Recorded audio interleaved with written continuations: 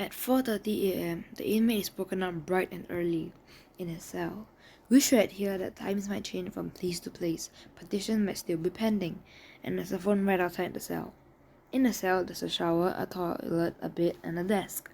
During this last day, the prisoner is allowed to see family and can be visited by a chaplain. As for calling people, the inmate can write down a list of phone numbers he intends to call and give that to the guards. One got interviewed and said, "We would dial the number for him and then allow him to make his call." But after the prisoner has called the last person on his list, the only person he has to talk to is the chaplain. We are told that after this last call, it can be a very traumatic time. One chaplain interviewed said, "I was to do everything and anything to help him face that last day.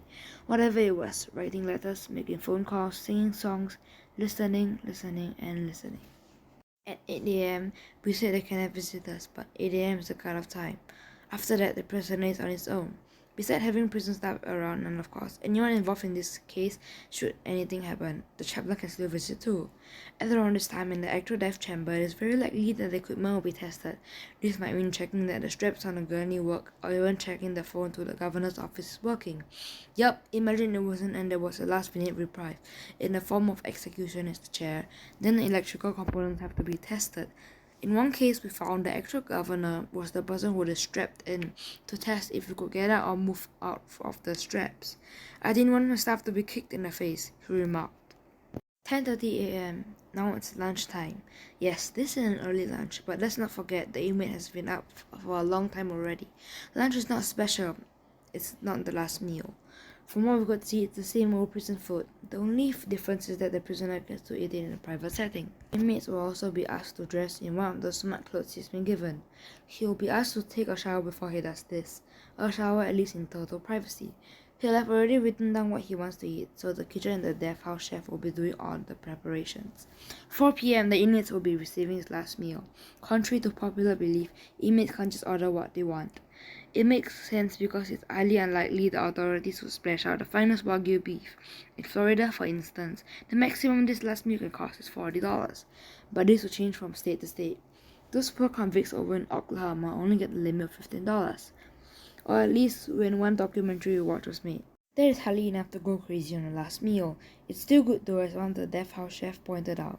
This meal is the only choice of food they might have in 2 decades. In some states, though, prisoners no longer get a bespoke last meal, and only get the usual prison food. To give you an idea of what inmates might choose, we'll list some last meals.